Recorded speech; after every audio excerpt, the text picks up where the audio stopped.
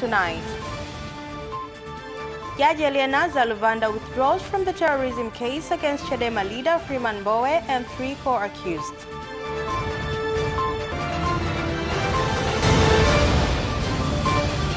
Residents of Arusha urge to support efforts aimed at improving the terrorism sector.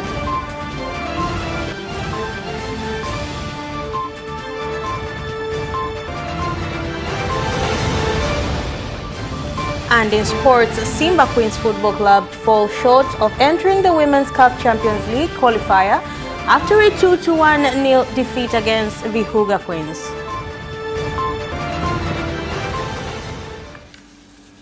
Hello, good evening. This is Capital News at 9:30. My name is MWANZA. Let's get started with the national news. Judge Luvanda of the High Court Corruption and Economic Crimes Division, who is presiding the terrorism case against Chadema Chairman Freeman Mbowe and 3 co-accused, has stepped down. More on the case. The judge has withdrawn from the case after the 4th accused in the case, Freeman Mbowe, told the court that he and his 3 co-accused did not trust the judge in handling the case with justice. Mbowe alleged that public interest can be proved through debates that are going on WikiLeaks website. He quoted some of the debates from WikiLeaks as follows: Judge Luvanda is a government employee and East Tanzania intelligence and security services agent, and he is at this court. He is directed to sentence Mbowe, while political parties registrar is dealing with Chadema. The president will release him after some time and will dismiss all objections. It doesn't matter its legitimacy. Judge Luvanda, after reviewing Mbowe's request and the prosecution statement, announced that he had stepped down from hearing the case. President Samia Suluhu Hassan has urged residents in Arusha region to continue support efforts being taken to grow the economy, particularly through the tourism sector, which has shown signs of improving. President Samia Suluhu Hassan made the call while addressing residents of Karatu while en route to Ngorongoro district.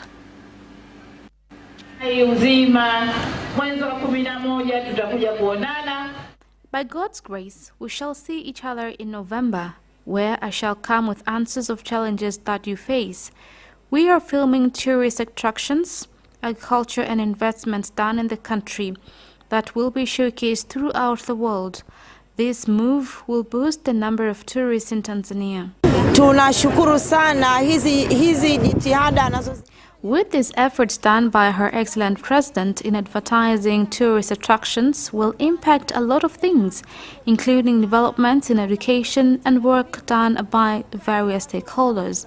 Not only that, the President also sensitized about vaccine as efforts of fighting the global pandemic.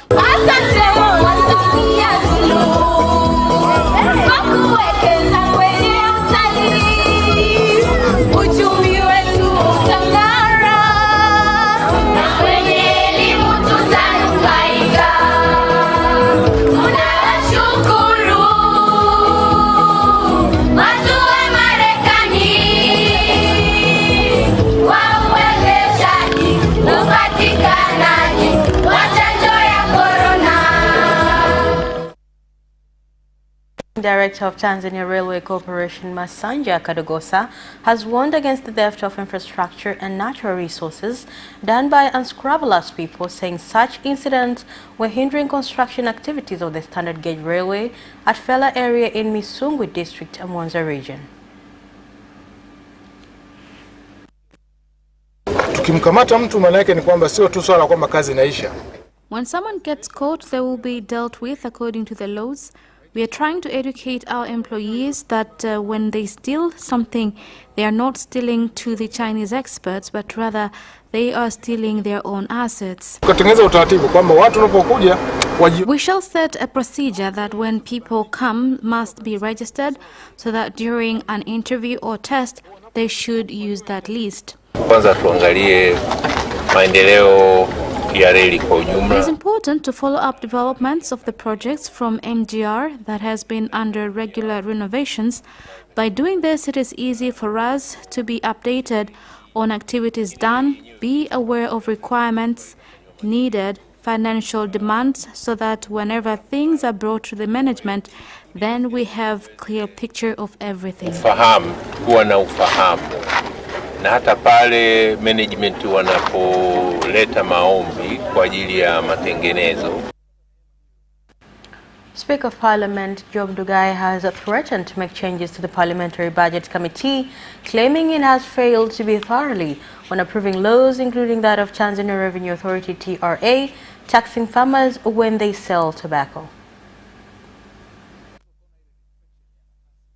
Wabunge ambao ni wajumbe wa kamati ya budget. Members of Parliament who are members of the Budget Committee are supposed to be very careful with your work. Once agendas are brought here, we believe everything that is presented. If you will continue like this, I shall be forced to dismiss this committee. No, amini sana mle kwenye kamati ile. Lakini kama mnakwenda kule mnalalala na kupitisha tu vitu vya kienyeji mnatuponza. Mnapitishaje kitu kama hiyo bwana? While Parliament has approved an amendment bill on the Fire and Rescue Force Act of 2021, which will turn into a full-fledged armed force.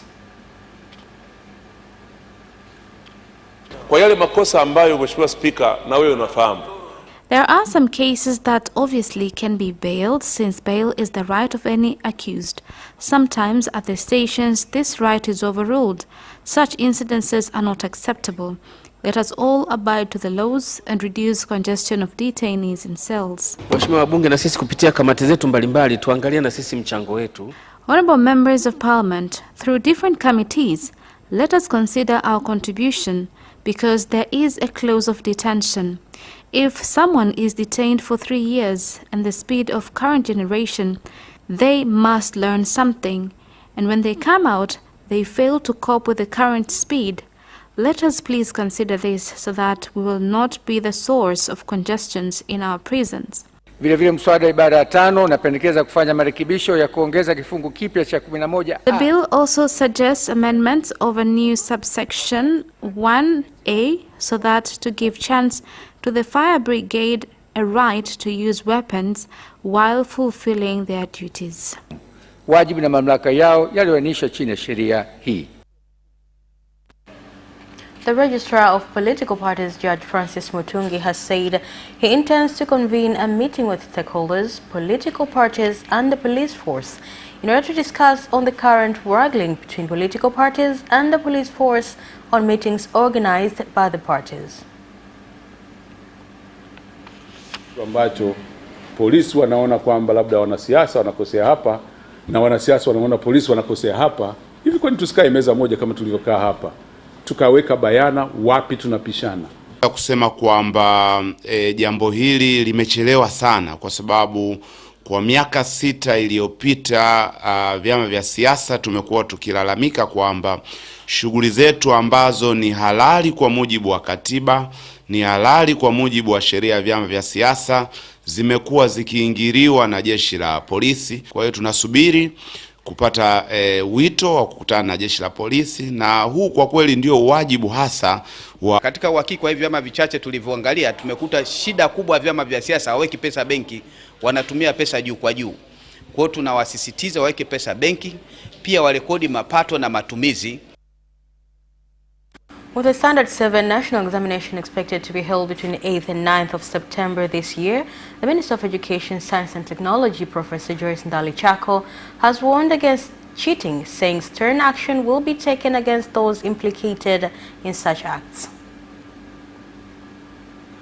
Na msikubali kuingizwa katika vitendo vya udanganyifu, kwa sababu hiyo inakuwa na madhara. Do not accept inclusion in fraud practices, because those acts have their own consequences to yourselves. It may result in the cancellation of results. If anyone wants to sabotage the exam, please let me tell you, the examination board has provided telephone numbers, or contact the ministry to protect the exams.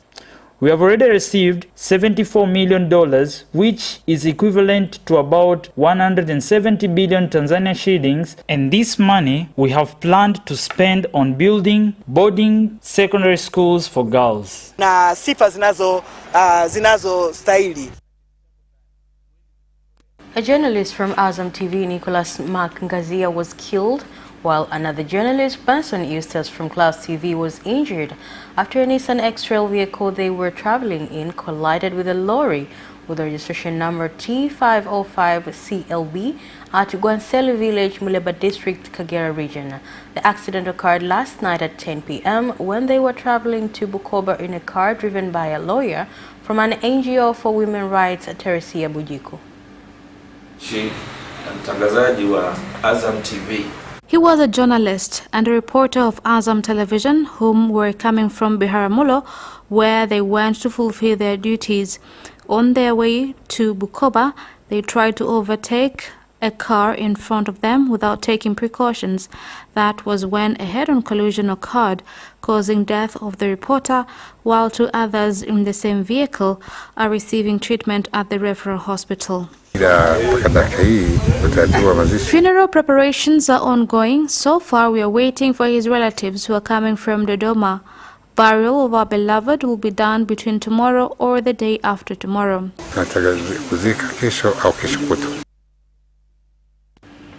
May his soul rest in peace. And that is the end of the national news. International news comes next after the break. Are you ready for some great news? I'm Christine Mundwa. And I am Eddie Micah Jr. with the brand new DW News Africa, the show that tackles the issues shaping the continent. Now with more time to offer an in-depth look at all the trends that matter to you. What's making the headlines and what's behind them? We're on the streets to give you in-depth reports and insights. DW News Africa.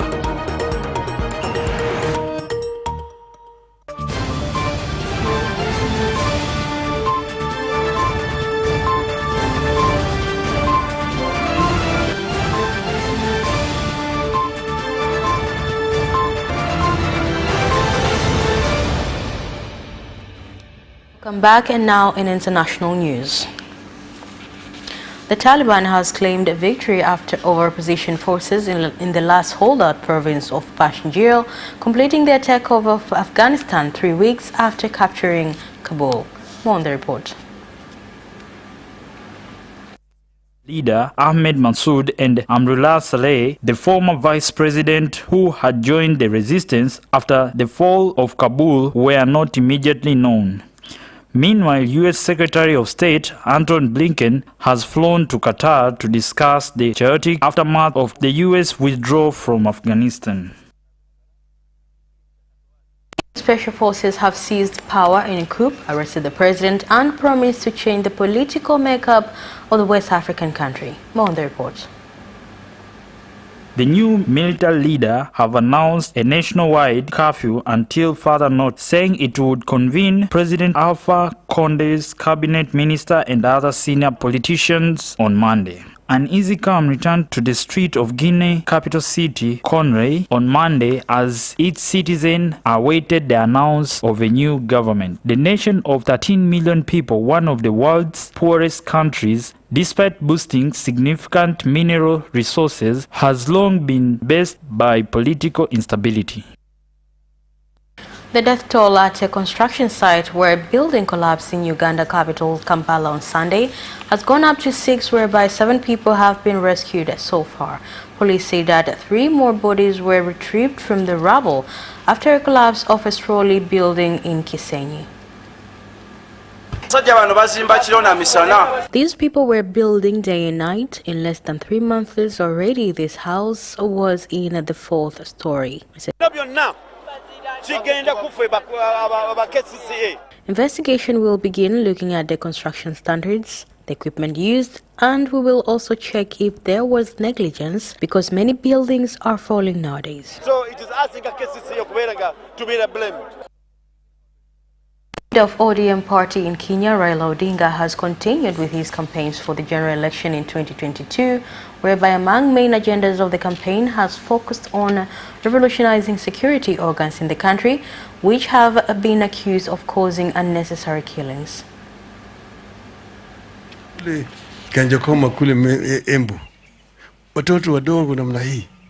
People are being killed by the police every day. Recently, we have found children arrested for breaking the laws of COVID-19 and they are being killed like animals. There is a problem in the police force. Recently, I made a very wise decision, unity decision, to join the people of Kenya into one regardless of their tribes. All of the 45 Kenyan tribes, we are all Kenyans.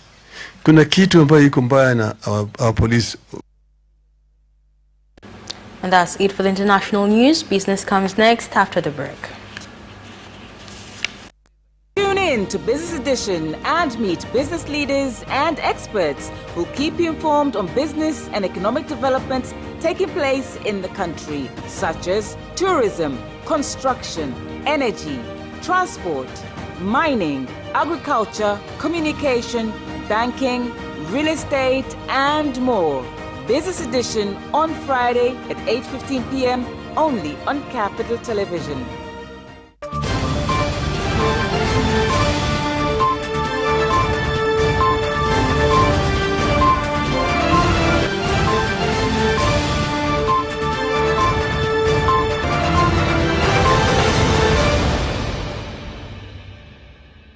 Welcome back, and now in business news.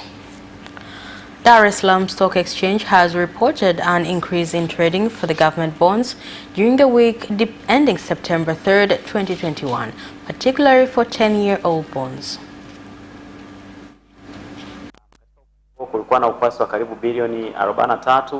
On the stock side, there were around 311 million. So if you look at the government bond, there was a bigger trade last week, as well as there were transactions in government bond of private sector in the means of corporate bonds. There was a total of 49 million transactions, and to a large extent, these are government bonds of NMB company, which was sold the most in last week. Milioni 49 na kwa kiasi kikubwa hizi ni hatifungani za kampuni ya NMB ambazo ziliuzika zaidi katika hiyo wiki husika katika upande wa hatifungani za makampuni binafsi. Manyara region intends to increase production of sunflower seeds from 60 to 100 tons in the year 2021-2022 in order to meet demand for edible oil in the region.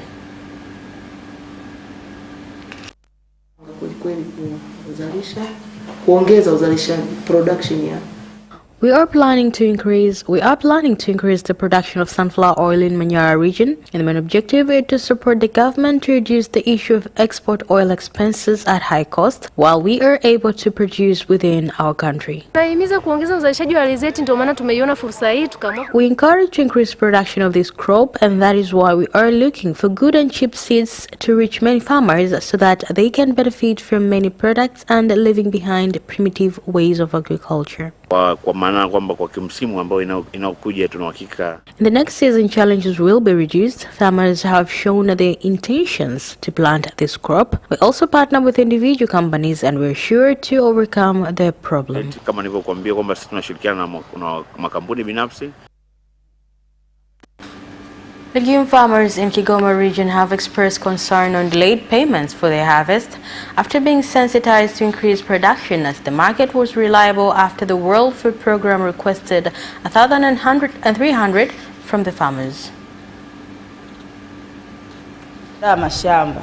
Lakini kwa sababu pesa ilichelewa. We had to begin to prepare the fields, but because of financial delays, people are disappointed. All of our capitals are involved in these bins, and now we have no money to operate our agricultural activities. Pia wenye watoto wa kwenda shule. Children are late to go to school, and later we are forced to take loans on Vikoba, and up until now we are still paying interests. Kuta kwamba wakulima walikuwa wanafanya kilimo cha kujikimu tu.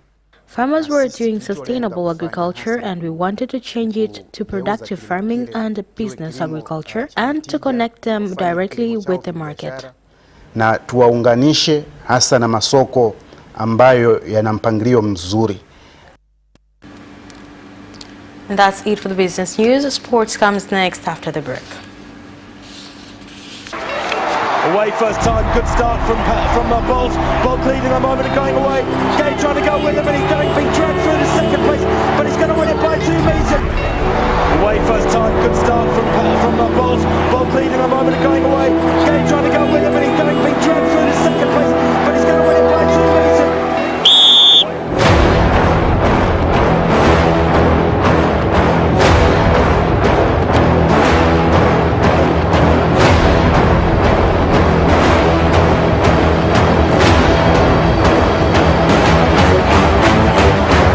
Opposition, Joaquinho, he did lose to Len.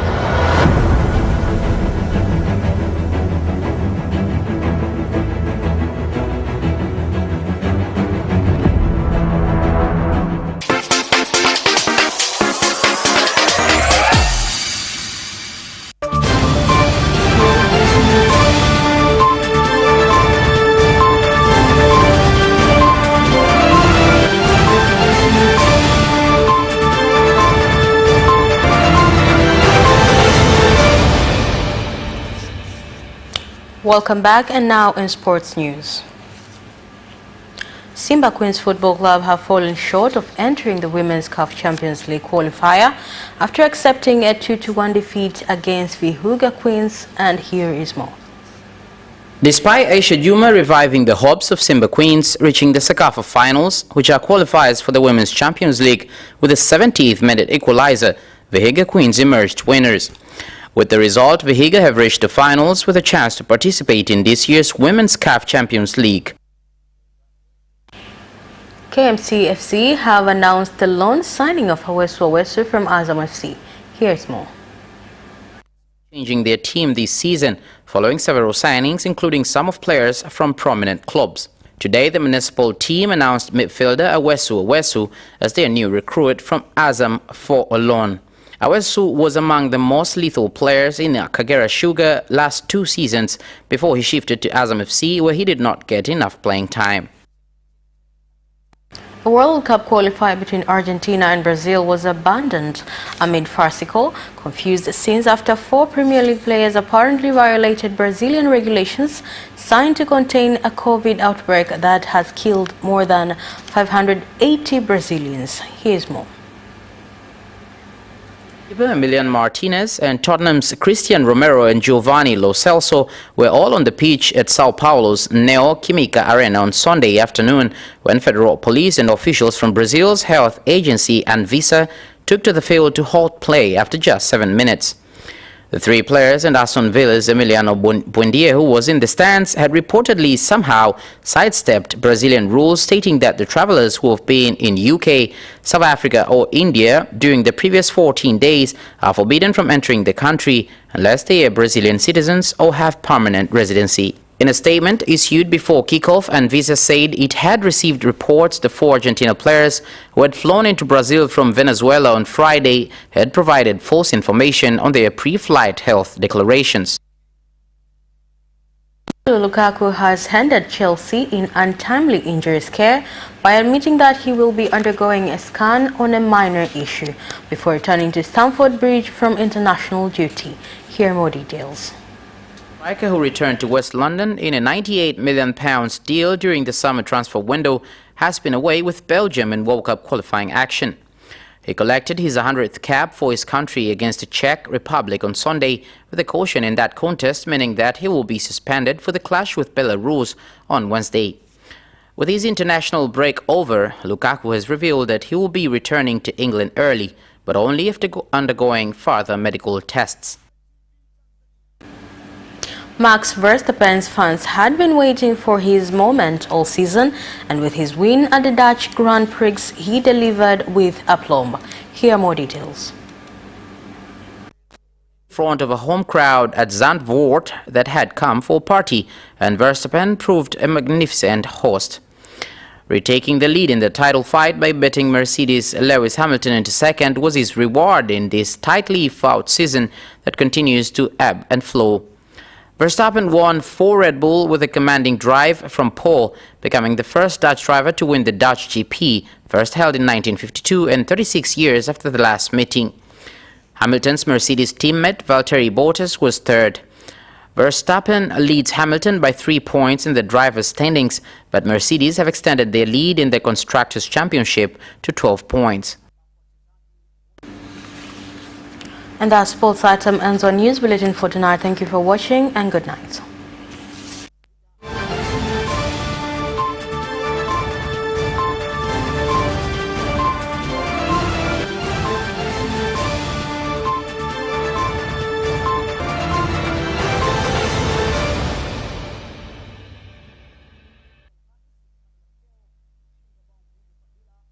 Social media accounts: YouTube Capital TV and Facebook Capital Television Tanzania from Monday to Friday at 9:30 p.m. Don't forget to subscribe and put notification on.